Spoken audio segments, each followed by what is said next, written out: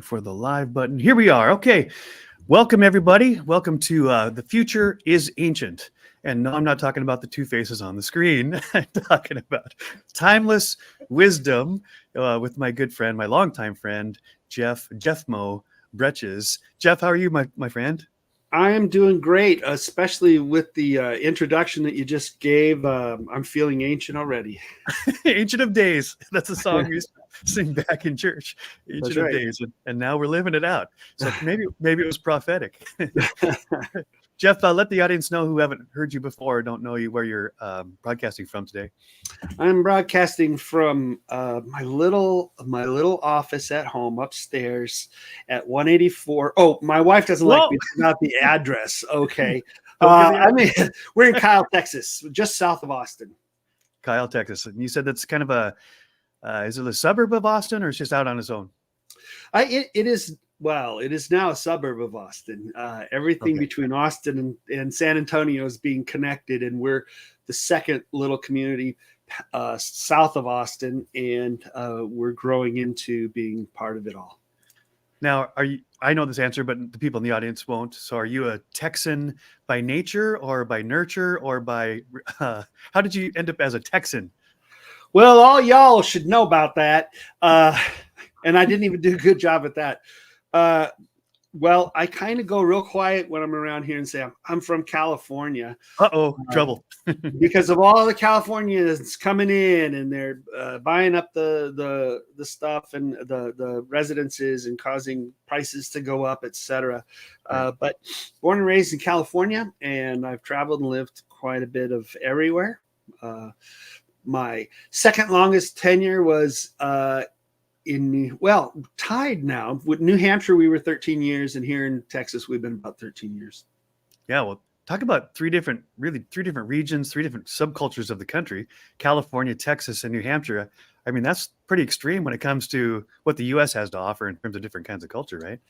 Absolutely. I think Texas itself, being so large, has a wide variety of culture as well.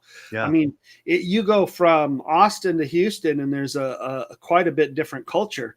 But if I had been California, New Hampshire, and let's say I'd gone over a little bit to, let's say, Alabama, Louisiana, Alabama, Mississippi, that would have been even a little bit more of a culture change. But yeah, there's a wide variety of culture here too.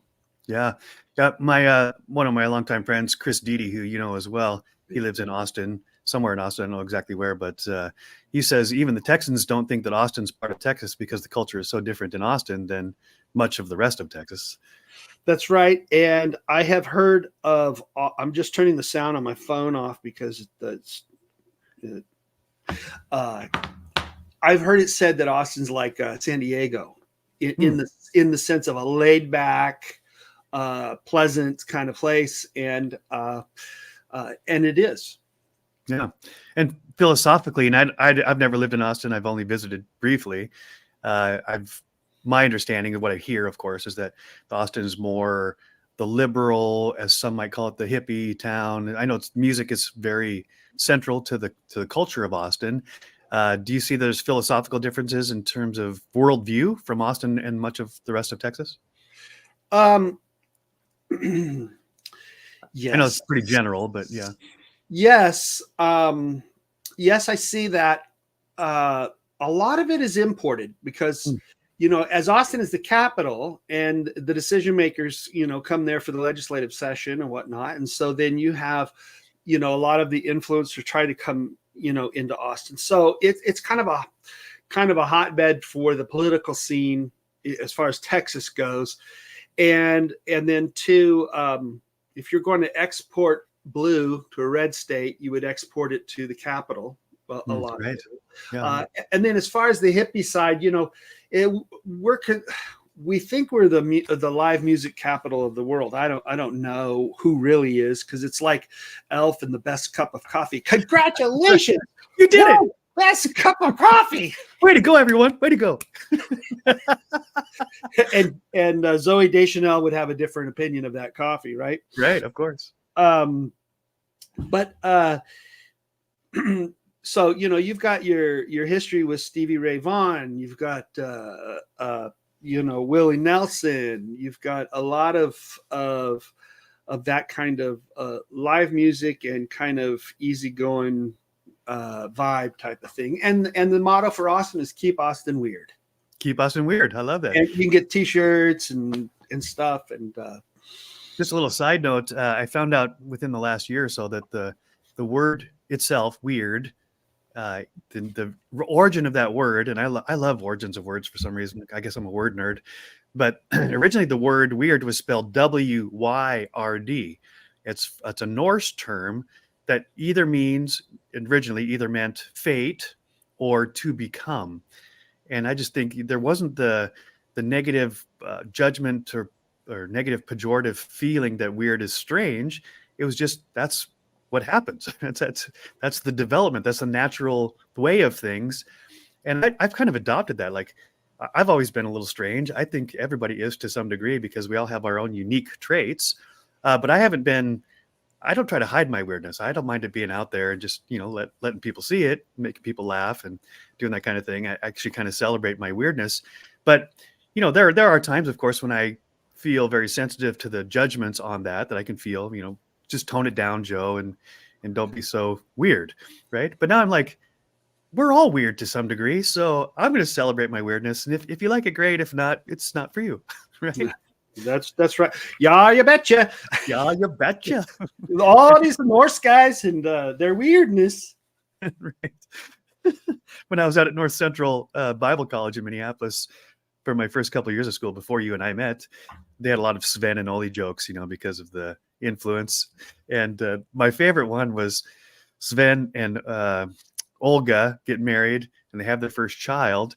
And after a little while, the child just starts to stink. I mean, and the smell gets worse and they can't figure out what's going on. What's wrong with our baby, right? So they take the baby into the doctor and they say, our baby's great. We love our baby and everything seems to be going well, but it stinks. Why does our baby stink so bad? And the doctor's like, well, have you changed the diaper? And Sven and Olga, they go, well, this doctor says right on the box, 8 to 14 pounds. Yeah, what about sums it up, doesn't it? that about sums it up. Oh, but actually, I didn't mean to do that, but that kind of, in a funny way, segues into the reason we're even here having these talks, besides just being good friends and having a reason to hang out. But since I was little, I was really fascinated by the Psalms, the Proverbs, Ecclesiastes when I'm reading them as a kid, how often the word wisdom comes up. And it doesn't just come up, it comes up as this is the most important and valuable thing to pay attention to, right? And I'm a little kid and I don't really even know what wisdom truly means, but I know it's important because the Bible's saying it's important. In fact, pursue wisdom over gold, pursue wisdom over value, over resources. I mean, wisdom is the most thing. And when you find it, you keep it, right? And then on the other side of that, you hear a lot of negative stuff towards foolishness. Foolishness is get rid of it, get it out of there. It's not good. God doesn't like it. I mean, and so here in my 7-year-old mind, I'm like, what is this stuff, right? And if it's more valuable than riches and wealth and fame and power, how do I get it? Where does it come from? And so I honestly, I can remember in my mind right now, many times in my little prayers before I went to bed, okay, God, take care of my family. Thanks for the food and the pets. And whatever this wisdom stuff is, just give it to me, right? I don't know what it is. I don't know how to get it, but it seems really important. So I would picture myself, Jeff, as a little Solomon, Solomon, who's widely considered one of the wisest people in history. He becomes king as a teenager, and according to the Bible story, as you know, he gets a visitation from an angel, or some people might think it'd be a God or something like that. But he's offered, hey, God's favor is with you, and he's going to grant you one wish, basically like a genie almost. You got one wish, and Solomon somehow in his teenageness, he's really aware that he's not qualified to rule a country, right? He says, so he asks, of all the things he could ask for, here's the God of the universe saying, you pick one thing and it's yours. What's your wish? Solomon asks, give me wisdom so I can rule the people well. And God was so pleased with that answer. Not only does he give wisdom to Solomon in spades, but then he gives him all the other blessings as well. And I just think whether that's a metaphor or it's a report of a story that actually happened, or both. To me, that, I don't know, just makes my heart like, wow, how do I follow in those footsteps? Because it seems really, really important and valuable in life. Where does that take your mind? Well, duh. sorry, Perfect you answer. It's all good. really want to know what was in my mind. I mean, when people say, "Hey, I'm a mind reader," I'm like, "Well, yeah, I'm a short story here." Okay. Yeah. Well, where that takes me is that, okay, so you're praying for something. Why would you pray for wisdom? It seems like it's something you need help with. It seems like something that is not easily acceptable or accessible, because we're going to somebody really big and saying, "Help me out, I need this." And like you said, we don't even know really what it is and how to wrap our hands around it, but we're told it's the most valuable thing and that it will do the most incredible things. Right. And so here we are trying to obtain something that we don't know how to obtain, that we don't really know fully what it is, and but we know we want it. And so there's got to be a lot of trust, and there's got to be some effort. Yeah. Oh, I love that. I didn't even realize the humility piece you just brought to the surface in my mind anyway. The fact that I have to first, I realize and admit that I don't have it, right? If I'm going to seek wisdom, by default, that means I'm aware that I'm short on it. I might have some, but there's a lot more to get. And I really love where that goes, because I don't know if you've ever heard of Sadhguru. He's this very wise guy. He's a wise guy, a wise guy from India. And I heard him in this interview once with Matthew McConaughey, of all people. And the side-by-side interview it's mind blowing, because they're two opposite personalities from different parts of the world, but they're having a really brilliant conversation. And one of the things that always pops up to me is Sadhguru saying, the tendency of us as humans is we're looking for understanding. How does this world work? What does it mean? What's the purpose? How do I fit in? And he says, so you think of a puzzle and you get 5 or 6 pieces together, you're really trying to figure out where do the edges fit? Where does it go? And then suddenly the pattern emerges and you're like, it's a tiger. I see the tiger stripes.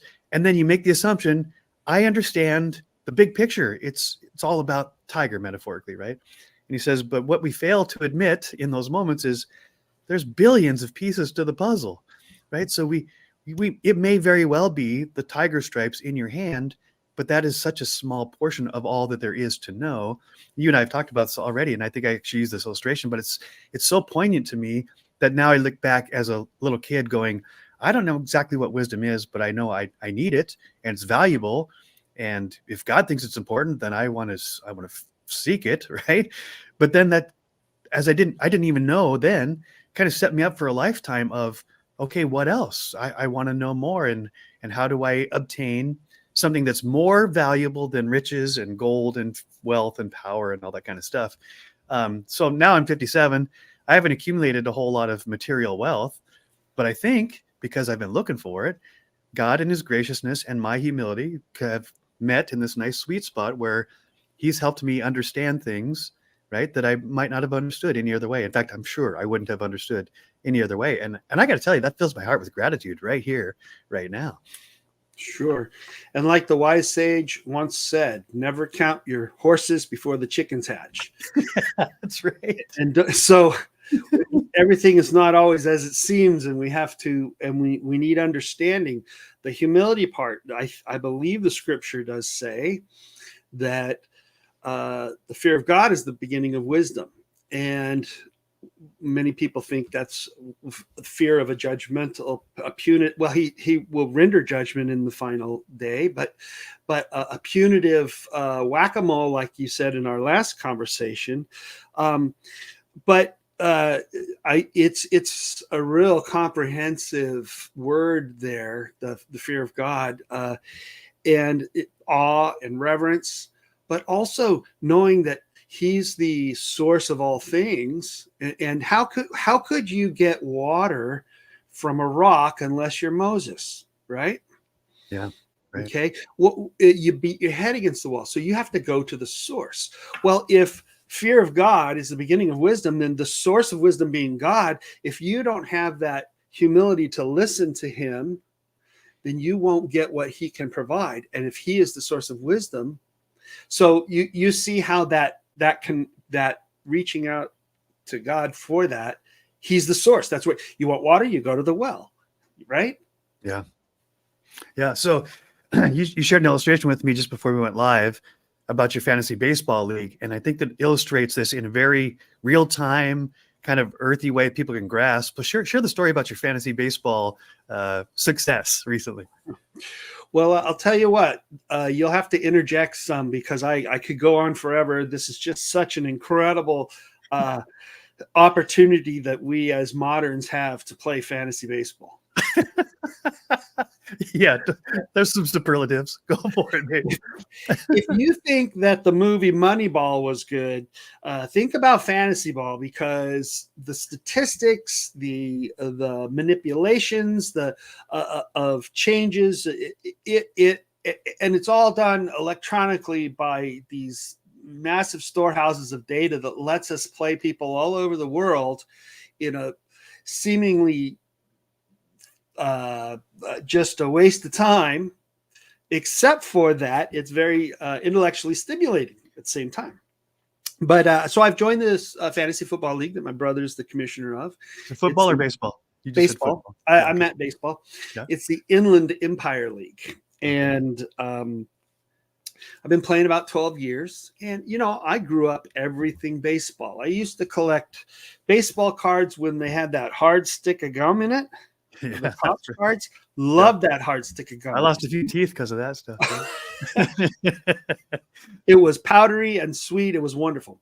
Yeah. Well, and we play games with our cards based on the stats on the back and all kinds of different things. So I've grown up with baseball. I've watched baseball. I've done the stats. I love it. Well, I've been playing for 12 years, and I thought, I know a lot about baseball. I should do pretty good about this, right? So we go to the draft, and I'm not prepared at all because I'm not going to go buy a magazine on how to draft and read all the stuff. I mean, I don't got that much time, right? I should know enough to be fine.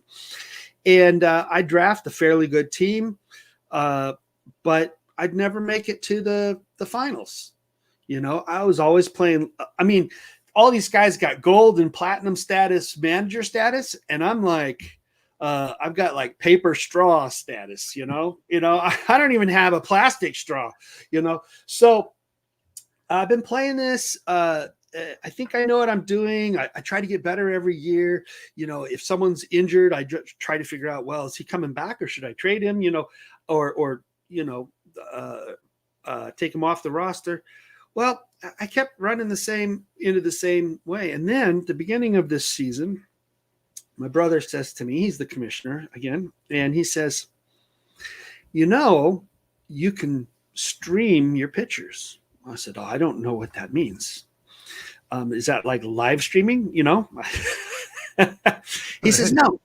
And he told me about how another guy who's doing really well, how when he goes through the week or through the year, if he's missing some pitching stats in here, he takes his less valuable pitchers and he'll trade them in and out for others who are going to pick up innings and stats that you need. And then you might be able to get the other one back if you need him or whatever. But this is a way to you can make your roster fluid. Now I was looking at my roster like I was owning people, like, you've got this investment. Of course, you're not going to get rid of them, and who you're going to trade for is going to be better. But I didn't realize this fluidity to win the game is basically a binary numbers game, really. Yeah. And so he told me that, and so I started doing that throughout the year and really getting into it. And lo and behold, I made the playoffs. And then my first round of the playoffs, I was playing against the commissioner. I thought, oh no, I'm going to die, right? I wind up beating him by a slim margin. I'm thinking, yes, I'm in the. And he's your brother. That is my brother. Steve, if you ever see this video, I apologize. But sorry, not sorry. It's his fault. He taught you. That's right. Yeah. And he's very good about it. He just wants people to grow and have fun. Right. So I'm going to the finals. I'm in Violator. This guy kicks butt all over the place, and he lost in the first round. So I'm up in the finals to this up and coming neophyte winner guy, and he's just bloomed at the right possible time. And I'm thinking, this is going to be hard. I'm going to really have to concentrate. And I jump out to a large lead. I hold it all week, and I finish with a smashing victory. I'm like, oh my gosh, I won the league. Yeah. How did that happen? How did I do that? That's not possible. At Thanksgiving, my brother presented me with the trophy for the league. It was like, I immediately pulled out one of my necklace chains and did a knot and wore it around the house like it was bling, Right. and Like a bolo tie in Texas. and with his instruction, I was able to pull something off. Yeah. So that's a beautiful story. It's hilarious. I know Steve, and so I love his good naturedness, and I'm sure he celebrated your victory, as you said, as much as he would have had he wanted himself. But there's so many beautiful moments in that story, Jeff, that just makes my heart so happy. And I do think it illustrates in a very real-time way, in a very modern way, how wisdom, and I think the source of wisdom, interacts with us, right? So you're doing the same old thing 12 years, and you think you understand how it works, and you're getting the same old results, right? You continue every year, you end up about the same place at the end of the year, and you're like, how come other people can advance to the finals? How come other people can win, but I can't? And then enter your brother, who cares about you, offers you a piece of information that you didn't know, and says, if you try this, right, things could go better for you. No guarantees here, but the probability of you doing better is increasing. And you, rather than saying, you're not the boss of me, don't tell me what to do, you're not smarter than me, or whatever your resistance could have been, you're like, really? I didn't know that. And then you start to examine, how does that work? And you learned how to make your roster fluid, and you get better results. Not only do you get better results, you have far exceeded your own expectations, and you win the whole thing. And I just love the fact that Steve's celebrating that you learned and grew and won. And so to me, and I can stretch a metaphor out of almost any story, but for me, the wisdom in this is multifaceted. One is your willingness to listen to your brother, who we all know we have some sibling rivalry with all of our brothers and sisters, and we don't want them to tell us what to do, but you were open to that, and Steve cares about you, right? And Steve wasn't giving you this information to quench your enjoyment. He was actually doing it to enhance your enjoyment. But you could have interpreted that either way, right? But you take it on, and you learning it, and it wasn't like you knew what to do immediately. You figured it out, and in the end, you succeed, and your brother celebrates. And I don't think it's a big stretch to say, in many ways, your brother in the story represents the love that God, who's the source of wisdom, has for us, and he's offering us opportunities to increase our wisdom. And he's actually giving us hints, and sometimes in his word, very explicit words. If you try this, you're going to get better results. And human history is full of a lot of humans that you're not the boss of me, I'll figure it out, leave me alone. Or they interpret it as, you're taking away my fun. You're basically telling me what I can't do. And God's saying, you can interpret it that way, or, right, with humility and openness, you could say, well, actually, I think that the God who created me, who is my heavenly Father, might want me to succeed. If so, maybe this information that he's giving me, even though I don't really understand what it means and it seems hard at first, maybe if I dig into it and apply it to the game of life, I might actually get better results in the end. And I think, like your brother, God's like, okay, you got it. You figured it out. Steve didn't do the work for you. Steve just gave you the information so that you could apply it to your situation, to your team. And I think God kind of works that way sometimes, at least with me. He hands me the information. If I'm willing to listen and say, okay, let me give that a try, rather than, no, don't tell me what to do. And then I have to figure it out on my own. God doesn't do it for me, but he's with me, cheering me on like a cheerleader, the paraclete, as the Holy Spirit's called, the one that digs in with you as you're climbing along the way, because he's got a pair of cleats on his feet, right? He's like, I'll even hold you when you slip. And then, but then when you get to the top of the mountain, or you succeed, or you you implement this information, this wisdom, and you get better results. I think he's celebrating. He's like, he wants to give you a little trophy and say, I knew you had it in you, and you did it, and you just took what I gave you, and you accepted it humbly and applied it to your life, and now you got better results. Do you see the application there, the parallels?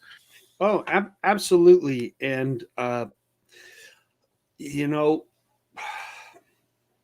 we all come from different backgrounds. We all come through different experiences, and those backgrounds, those experiences, really set the filter for how we look at things and how we see things, and especially how we see authority, or how we see God, or how we see any force that would direct us,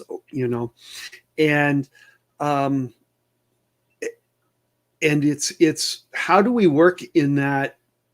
How do we work with that filter and or change that filter by making it better, right? How much trust do we put in that filter versus what filter should be? But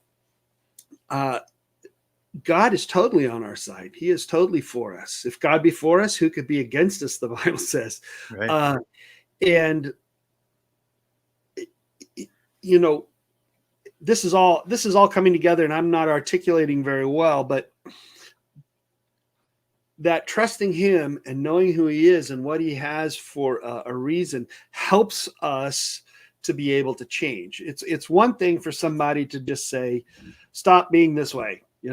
It's another thing to put it into a context, and then that person will grasp, why should I stop doing this, or why should I do this, or how does that make sense? And when we begin to understand more of the context and who this person is and what he's saying and why he's saying it and how it really works out there, regardless of what my past experience has been, and we trust in that, we can absorb wisdom, and we can implement the wisdom actions and reap the benefits. Yeah. So good. I spend quite a bit of time listening to personal growth and personal development gurus, some which are overt about their faith and some who aren't, and I don't even know what necessarily their faith journey is. But I do find a lot of wisdom in what they have to say, because it's actually information that makes life work a little better, or helps me understand how life's working. But there's this dynamic tension, I call it, because of my own faith journey. When I hear a lot of people say, the answers are all up to you. It's all on you to figure it out. Nobody's coming to rescue you. I hear this a lot. Nobody's coming to rescue you. So quit looking for the white horse, right? And the army to come in and rescue you, and take it upon yourself to say, if I'm going to succeed, I have to do it on my own. And that I see there's some wisdom in there, that rather than always looking for an external answer, I got to dig into the resources that I have that are built into my system, which I would call a reflection of God, or as Genesis would say, the image of God that's built into us as humans. But I also have experienced very personally that there are times when I have cried out for help to God, to others, because I had no answers. I had no energy. I was just lost or depleted, or I was ready to give up. And it was actually in that very simple cry for help. In fact, sometimes the best prayer, I think, is just help, or help me. I have really sensed and experienced, as I think you have as well, and you can share your own stories, that God actually is ready, willing, and able to help us in our weakness, in our confusion, and when we're lost. And it's really interesting, because this dynamic of a rescuer can go to an extreme where a rescuer becomes an enabler and does for you what you need to learn how to do for yourself. And the classic image to me is, you talked about the horses and the eggs. Don't count your horses before the chickens hatch. But when chickens are hatching, you can see the little chick inside pecking at the shell, trying to get the shell to break free. And if you're very empathetic and compassionate, like I am, there's a part of you that says, I want to reach in and I want to pull the shell apart so that little chick doesn't have to struggle. But science tells us, if I pull the shell apart, then the chick will die, because the chick, in the pushing of the shell and pecking of the shell, is actually building muscles in its neck It's having to exercise, it's having to work hard to get out of the shell so that it then has the strength to survive outside of its little bubble. So actually, when I think it's being kind and compassionate by helping the chick out of the shell, I've actually killed the poor thing because I didn't let it build the muscle required to grow stronger and be able to survive, right? And that metaphor is simple but powerful, because sometimes I have cried out to God and said, "Why don't you rescue me?" And the answer, the best answer I hear sometimes is, "I'm here." But I look back now, at the time it's like, "Help me, help me, help me. Why aren't you helping me? Where are you?" But then I look back and realize that with God not reaching in and pulling away all the struggles for me, I had to push and shove and ask and shake my fist at God and get resources, thinking I was all on my own. But I got stronger. I grew patience and perseverance and grit and courage and inner strength and all the things that self-help and self-development people are talking about. That's how you get stronger. So this, like I said, I started this whole idea with this dynamic tension, and I'd love to get your take on this. This dynamic tension between God as a loving father, not pulling away the struggle so that we do grow stronger. That's the purpose of suffering perhaps. And sometimes he does, right? Where he's like, "Okay, I get it. You are at the end of your rope, and I'm not going to let you fall. So let me put you further up on the rope or tie a knot so you have something to hang on to." Just to use that metaphor. Where does that strike you, Jeff, in your own journey? Well, it reminds me of grade school and junior high, because God is the ultimate teacher and we're the ultimate junior high boys. Okay. I am guilty as charged. Yes, sir. Right. And, God teaches and is helping lead us to the answers. Right. But ultimately we have to learn it, and he's going to test us through different ways. And we're going to have those answers that we've learned. Now, we don't go to school or even later to university to fail. We don't go to school to show how stupid we are. Our teachers don't show up to class to prove how stupid we are. Yeah. Now, my kindergartner teacher did, because on my first day of school, I cried because my mom left me. And I cried, and the teacher told me to stop. And I won't mention her name because I'm sure she doesn't do this to kids anymore. Plus, she's probably 100, or more. but she spanked me, and what did I do? I cried more because she spanked me. Now, can I claim all my problems on her? Probably. Why not? but that's kind of the vision we get. But then I had other teachers who were right there trying to help me grow and develop in my understanding, and still administering the tests. Not there to answer my questions when I had to go through that test, right? But having taught me along the way so that I would succeed. Wow, I love that. So here we are in December, Jeff, and I can already feel both the anticipation of the holidays, which is exciting, but also the pressure started to mount already. All the things that are required as a parent, right? You got the lights and the decorations and the shopping and the parties and the expectations, right, of your kids, and the expectations I have of my own about how Christmas should be, right? Should is a really slippery word, actually. But I'm very sensitive, and even more so perhaps than I've ever been in my life, to the fact that high expectations can be a double-edged sword, right? Because high expectations can build a vision for a future that I want to strive towards, but it also can set me up for extreme disappointment when reality bites, right? And it turns out not just less than ideal, but feels like the extreme opposite. And so statistically, we all know that the holidays are really hard on people in terms of mental wellness. A lot of people go into depression, and they whatever demons they're fighting with, physically, mentally, spiritually, seem to be brought to the surface and really on high alert. And I know so many people, parents in particular, that by you get to Christmas and you just want it to be over. You're done, right? You're done with all of the expectations and nothing goes the way it's supposed to or the way you think it's supposed to. The meal wasn't perfect and the gifts aren't exactly what you wanted and the kids aren't grateful, and on it goes. And so the contrast between what we expect and what happens in reality gets exaggerated, and that sense is just, it's debilitating at least, and it can be devastating at worst. And unfortunately, even suicide rates go up over the holidays when all of us are celebrating the joy of Christmas and people are like, yeah, F you, and I'll kill myself. That's unfortunately that's true. And I hate to say that, but I don't want to ignore it either.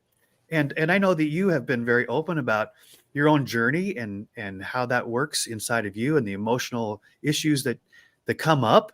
But have you found, like with your own personal journey, that before you were a dad and now that you're a dad, that Christmas has this double-edged sword of anticipation but expectation that can be unrealistic? And then what do you do with that, Jeff? Sure. I mean, it makes you want to play cornhole or become an Olympic. What's that thing where they slide the rock on the ice? Curling. Yeah, right. Curling. You want to be a national curling champ. Sweep. Yeah. Yeah, it's immense. I mean, there's joys in a lot of those things, but it sure is a lot of work. And I think the expectation part is really the key word there, because we experience things, we have an expectation, then we have a reality, and we don't know why the reality didn't match up with the expectation, but maybe the expectation wasn't realistic. And that, as we've been talking about wisdom and God teaching and us trusting, right? Yeah. We have to even ask, what should my expectation be? Now it is hard when you're providing for everyone else's expectations, right? Because you can't make them have the right expectation. You can lead by example. You can help to form the younger ones that are under your care, right? Other people, you're not going to be able to meet those expectations, but you do what you can, right? But there's a strong need to be grounded during the season with what is really important and to hold to it. Not that you don't participate in somebody else's gala, let's just say, because some people really go to the nth degree, but that you hold yourself in a disciplined, focused manner and challenge yourself. What is this expectation and why do I have it? If it's met, is that good? If it's not met, is that bad? We can have gifts that are not good for us, so we can desire things that aren't even good for us. And I would say, above all, we should have consideration for those around us, because they, like you said, so many people struggle at this time. And if we take I love what my wife does.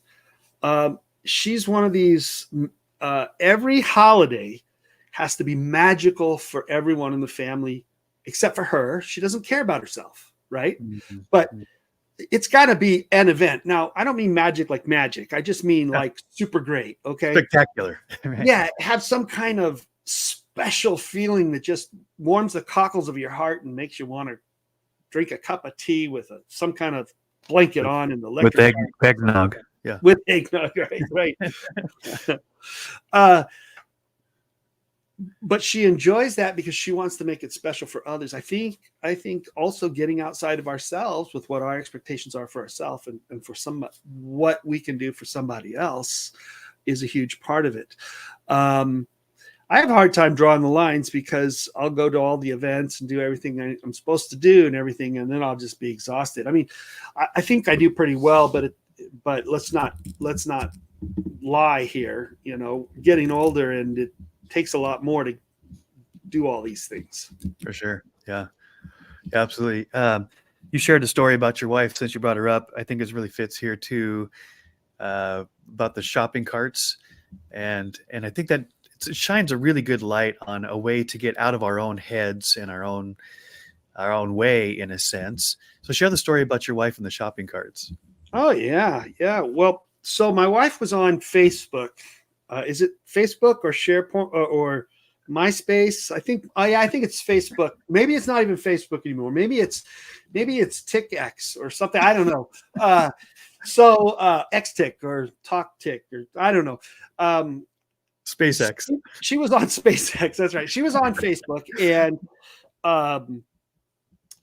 somebody was making a complaint about, look at these people in the parking lot that don't put their carts away.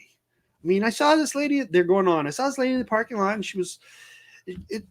she would have had to walk, 20, 30 steps, and she could have put this shopping cart in the rack there, but she left it and just got in her car and left. And some people just don't think about anything, don't think about others. It's just, they were going on about that. And my wife saw that, and of course she likes to protect everybody's emotions and self-worth and everything.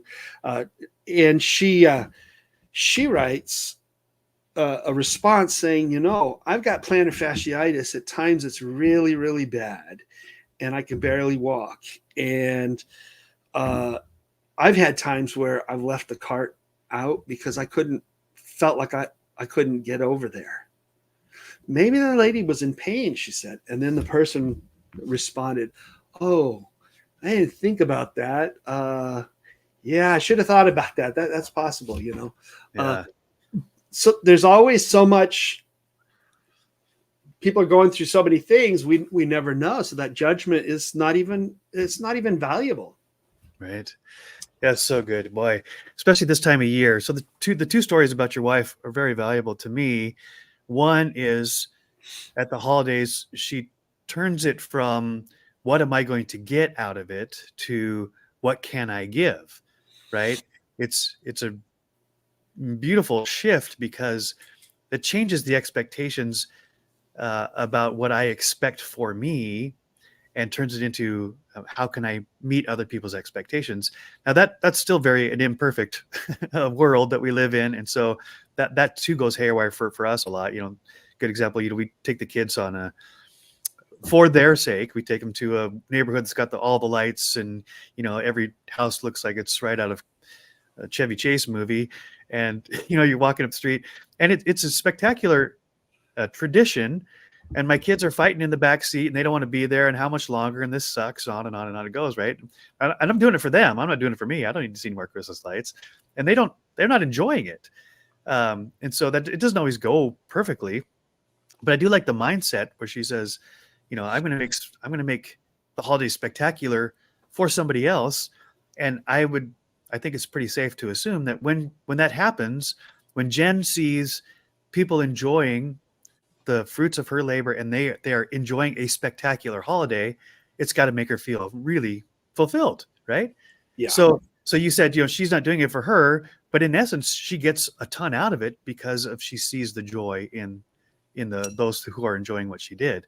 And that's really that sweet spot where we were taught as kids, it's better to give than to receive, which I was very skeptical about as a kid. What do you mean it's better to give than to receive? I don't believe it, right? Who came up with that idea? But what I didn't get until, I grew up a little bit, is that the act of giving itself is so rewarding that it's actually a win-win. I receive joy and fulfillment and purpose and love in the act of giving, even if nothing comes back to me.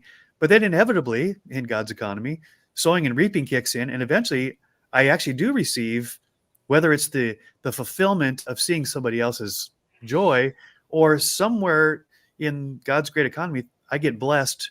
Maybe not a one-on-one exchange. The people I bless don't bless me back directly, but somehow, some way, God's pleased with that whole thing, and the blessings start pouring into my life. And it may not be material blessings, but the sense of, the 4 weeks of Advent, which is the anticipation for Christmas, is love, joy, peace, and hope. And those are the kind of things those are the rewards you get when you turn it from what can I get out of the holidays to what can I give to make it really spectacular for somebody else. And then the other story about the shopping carts I love, because Jen got herself out of the critique of somebody else's and the assumption of what somebody else is thinking or going through, and helped out someone else to say, well, maybe there's another perspective. Maybe somebody's in pain. And I told you this before, but I was listening to a Neil Donald Walsh video, who wrote a whole bunch of books called Conversations with God. And he was talking about how he'd go out on his walks and see there's a homeless guy, with a paper bag sitting by the trash can. And Neil Donald Walsh is thinking, what's wrong with that guy? And why doesn't he just get a job? Get your act together. And then he'd go down another block and there's kids playing on the corner behind the church. And he's like, here's a bunch of guys just causing trouble. And where are their parents? He just had all these judgments. And it was actually taking the joy out of his walk, right? And he felt God kind of nudge him and say, hey, you want to enjoy your walk a little more than you are? And he says, yeah, of course. He says, well, try this instead. When you see somebody doing something and you immediately make the assumption about what's wrong with them, try a new narrative. Try starting with, there I go again. And Neil Donald Walsh is like, what? And God's like, just give it a try. So he goes on his walk and he sees somebody doing something that he wouldn't normally judge. He's like, there I go again. And it just took the judgment out of it. And he's like, yeah, we're all humans. Just, we're like little baby geniuses stumbling our way in the dark, trying to find our way out. Right. And I just love that the simple mind shift between what am I going to get to what am I going to give? And what if somebody else is going through something that I don't understand, but they have a very good reason for what they do. And that could be me, right? There I go again. I just think those are pieces of wisdom. They're not some, the stone tablet written on the side of the mountain. But if you put that as in your heart, that can make a big difference on how you actually experience life, no matter what the circumstances may be. Well, now, I would like to be as wise as that author, right? And to hear from God and think, well, here goes I. However, maybe it's my brain waves, my personality, but my wife and I kind of do the same thing, but we made it into a little bit of a fun game. And so, like, if we're out driving and somebody cuts us off, right? We, instead of judging that person, we come up with a good reason why they cut us off. Sometimes it takes a while to figure it out, but we'll come up with it. Or maybe there's a guy trying to take a purse off an old lady. Well, maybe he's helping her. Maybe that's a heavy person. He is helping her carry that purse. So we made a game out of it, but it reveals how often and it helps us to stop, judging people. Yeah. I know you read voraciously. Have you read Don Miguel Ruiz's books? One's called The Four Agreements, and then he wrote a second one, The Fifth Agreement. Are you familiar with that? No, I can only count to 3, so those books aggravate me. Yeah, right. Yeah, no, you're a numbers guy. Come on. Yeah. So back in 1997, Don Miguel Ruiz published a book called The Four Agreements. And then in 2010, a follow-up called The Fifth Agreement. I don't have them all in front of me, but there's some really powerful principles, which, I grew up with the 10 Commandments on the wall, and I could tell you Exodus and what chapter and verse, but these are like a modern summary of some principles that, if you can adopt them, really creates a sense of freedom from all of the judgments inside my own head. And one of them is, don't make assumptions. And this is kind of what we're talking about, is that when I see somebody else doing something, my natural inclination is to assume that I understand what they're doing and why. And the why part is the part that always gets me in trouble. Well, my why is really a projection of, why would I do what they're doing? I don't know why they're doing what they're doing, right? And so Don Miguel Ruiz in his book is saying, if you can suspend the judgment, right? If you, instead of assuming what somebody else is thinking or feeling, either admit I don't know, or ask them. The only way you really know what people are doing is if they'll tell you. And sometimes they'll tell you and sometimes they won't. But not making assumptions, pulls that judgment piece out of my heart. And I think it was Franklin Delano Roosevelt that said, judgment is the thief of joy. And I got to tell you, yep, for sure. Judgment is the thief of joy. And so joy to the world, we're at the Christmas season. Joy is one of the main gifts that God's offering to the world. And if the judgment is the thief of joy, I don't want the thief coming in stealing my gifts, right? Get away from my presence. So I got to get the judgment out of my heart to make that happen. So don't make assumptions. And one of the other principles is don't take anything personally. So again, that the other one of the judgments in outside of me, which I think is kind of fairly universal, is when something happens, I assume that it was meant to harm me, that people were doing it intentionally to harm me or to inconvenience me at the very least. So use the illustration of somebody cuts you off on the freeway. Well, not only do you think they're an a-hole, but you think they're an a-hole to you. They're trying to cut you off and keep you getting from where you're going. And Brendan Burchard, who I listen to a lot, he says, there's 8 billion people on the planet and none of them care about you, right? They only care about themselves, right? Right. So the narrative in my head that says they're doing it to me, they're like, they don't even know you're there. They're just concerned about their own lane and getting their own thing done. And maybe they are rushing their child to the hospital who's dying of some sort of disease. You don't know. So suspend the judgment, let it go, and don't make the assumptions. And I got to tell you, that's a freeing piece of wisdom. The seat of judgment is not a seat that I can sit in, and it's not a seat I want to sit in. Yeah. And it carries too much responsibility, and it takes way too much knowledge, wisdom, insight, understanding. In fact, that's why it's God's place to judge and not ours, because we don't have all the facts. We don't know all the reasons. We don't even know our own hearts much of the time, right, let alone anybody else's heart. It's very interesting. We make judgments without information, without getting too far into it. I provide as my the work that I do in the workplace. I review medical bills, and I'm asked to provide opinions on those bills and were they done right and what the value is in the market for settling court cases that involve some medical costs. And it's not enough for me to provide my opinion. I have to meet expert standards of who can speak to the matter. And those standards include, this is not all of them, but training, experience, education, and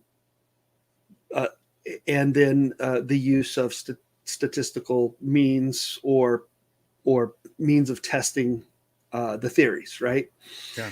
And so when I give an opinion or write an opinion, I have to show that I've read the facts, I've compared the facts to known principles, and then that I'm capable of making a decision, and then I render an opinion, and all of that, I'm still not the judge. Even with all of that, yeah, I'm offering an opinion for consideration. And most of these trials are jury trials. And so it's a jury of the person's peers that is going to make that decision. But even the person with all this training and all this knowledge and all this experience can give an opinion, but cannot even judge. Wow, that's really brilliant. I never thought of it that way. And you're living that, right? You just went through that recently in your job. Yes. Yeah. Yes. Ooh, so good. So Jeff, we got 7-8 minutes here, and to the people who tune in, who are listening, that they can already sense their anxiety and their fears starting to be tickled, and they know it's coming. Christmas is coming, and their expectations are high, but their expectations are also low because they know what's happened in the past.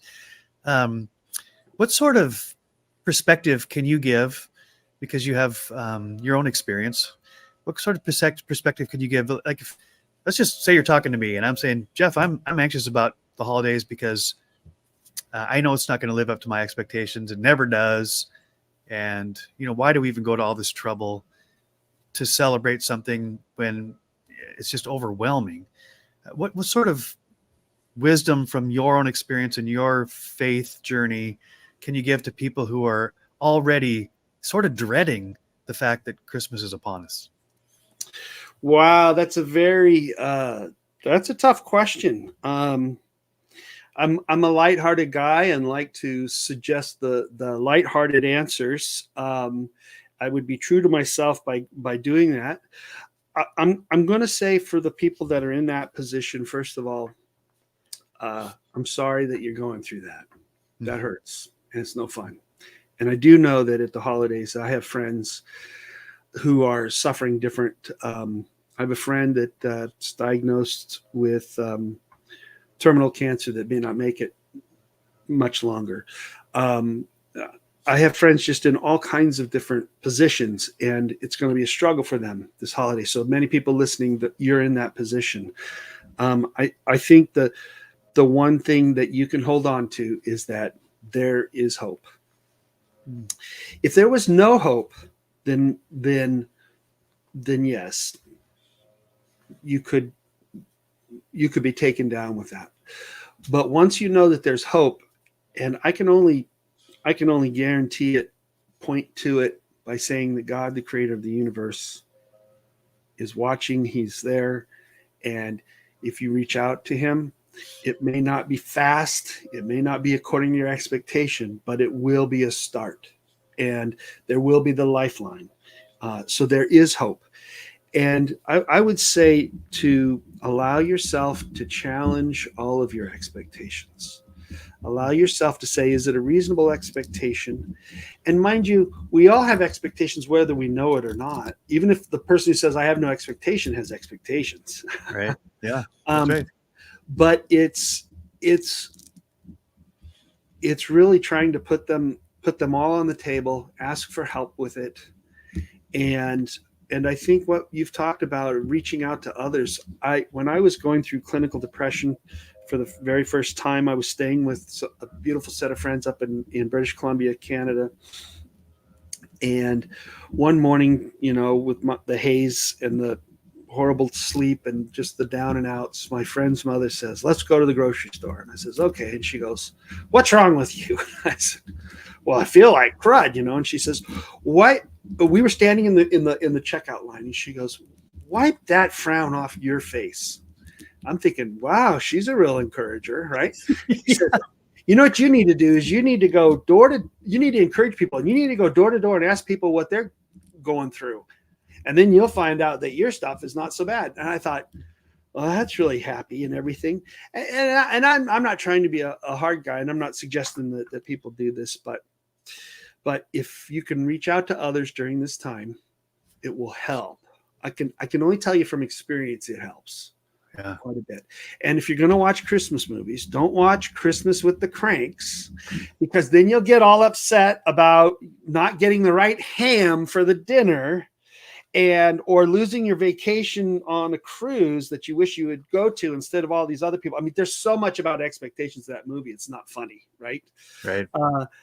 Watch Elf instead. The simple-minded guy who just loves everything. And maybe there's somewhere in between. Maybe it's a Wonderful Life, because people go through things.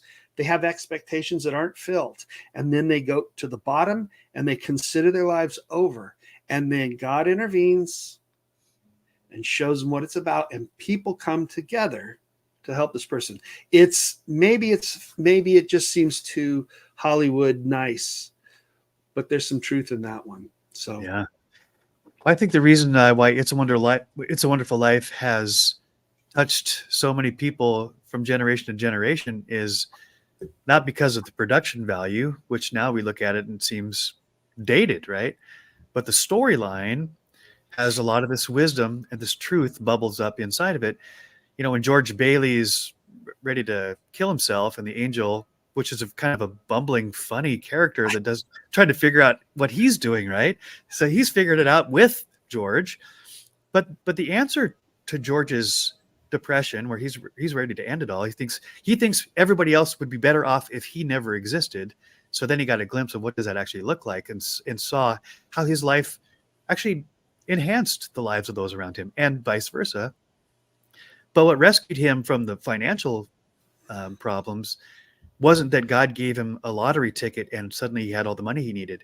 It was the community of people who he interacted with his whole life, who knew him and loved him, and they gave their dollars and pennies. And I didn't see in that scene somebody came in with $1 million check and said, I'm the answer.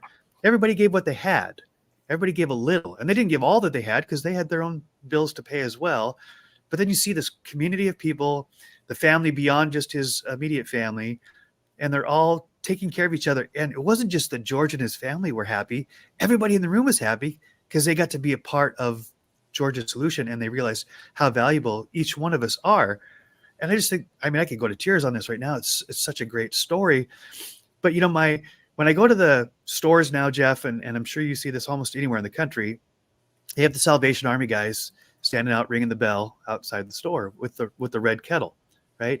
And it says right on their kettles, sharing is caring.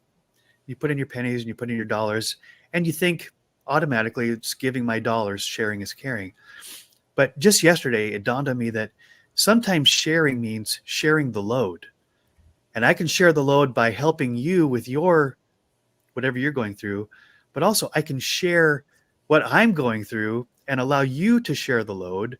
And so it goes both ways, right? It's not just I'm always the giver. Sometimes I'm the receiver, but it's actually a gift for me to say, hey, I could use a hand. Right? I don't know about you, but when somebody says to me, hey, you know, I can't pull this off by myself. Can you help me? I'm like, wow, you trust me with that?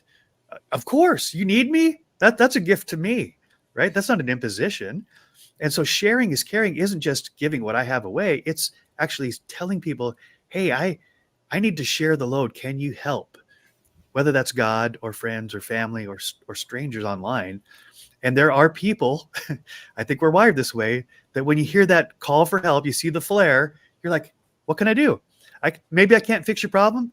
Maybe I can't rescue you, but I can be here and I can talk you through it, and I can give what I have. And then all of us together, right? We can seen from It's a Wonderful Life. It doesn't just have to be an idyllic movie. It can actually be our experience in humanity. Yeah, we always watch the movie. Of course, it's a family favorite. But to add to what you were saying, it's the interaction of these people over a lifetime, right? Yes. And he had helped different ones in their time of need, and on their level, and was willing to risk it all, his future and everything. And stepping back, I think this is way far away from what we're over our time now. But you know, we are made to be providers. We're made to be, I guess that's the right word. We're made to be providers. It's like being a knight. A knight was nobility was sacrifice for others, not comfort for self. And Yes. and so really that reaching out to others in meaningful ways, really, what it really does is you won't understand it totally, but it interacts with not just your biological DNA, your spiritual DNA, your emotional DNA. It actually is a catalyst for healing in your entire person. But you won't understand it, but it will be. Yeah. Wow. So I'm going to close with this, Jeff. And I've been playing with words for my whole life, but especially lately. But a lot of times I'll hear people online or in conversations saying, you know, why am I here? What's the purpose of life? Or what brings life meaning? Kind of the big questions. And for whatever reason, and I just have to take this as God giving me wisdom in the moment. And by the way, for anybody who tunes in, neither Jeff nor I are the answer guys. We're not the fount of all wisdom. We're just two guys, two chickens pecking our way through the shell, trying to figure out how do we survive? How do we connect, right? And so, Jeff, this idea came to mind that instead of taking vitamins every day, which has limited effectiveness in our bodies, I got this idea that there's 5 vitamins that are necessary for a good life. 3 are vitamin Gs, and 2 are vitamin Cs. And the 3 G's are gratitude, grace, and generosity. Gratitude, grace, generosity. And the C's are connections and contributions. And I wasn't thinking about those 5 vitamins through the conversation, but I look back over the conversation we just had, and we talked about gratitude. We talked about grace, which is forgiveness of yourself and others. We talked about generosity. This is giving. Then we talked about connections, which is the relationships that you have with yourself, with others, with God, and contributions. That's the giving piece. And I just got to think, if we could both take and receive and give as much as we can, take as needed, right, as directed, the grace, the gratitude, the generosity, the connections and contributions, then that's a much wiser, right, way to enter into a holiday season that's going to demand a ton of our energy, attention, our time. It's not going to meet all of our expectations. But I think if I can focus on these five vitamins, these 3 G's and these 2 C's, I can actually change the expectations to say, these are the things that are really essential. Everything else is icing on the cake. But if I can get through the holidays with gratitude, grace, generosity, connections, and contributions, I think I'm going to make it. I think you're going to make it. Yes, awesome. Good word. All right. So on behalf of Jeff Mo Bretches, oh, by the way, I did bring a little friend. It's been sitting here that has this little friend of ours, Jeff, has a huge influence and responsibility for us even being friends. And that is my trumpet here, my box drum. There he is. Nice. Which my grandmother bought for me when I was in high school, and it has been my passport to the world, as you know. So yeah. Sure. So thank you everybody who have given any of your time, energy, and attention to this conversation. It's Jeff and my intention and our prayer that something that we've shared, something that we've said, sparks something in you to help just get a little bit of a mind shift and a heart shift towards what's essential for life, and let the rest of it just not carry so much weight in your heart and in your mind. So God bless you all, and may this Christmas not be perfect, but have some perfectly imperfect moments, as we all do. Thank you, Jeff. All right. Thank you. Talk to you soon. Peace out.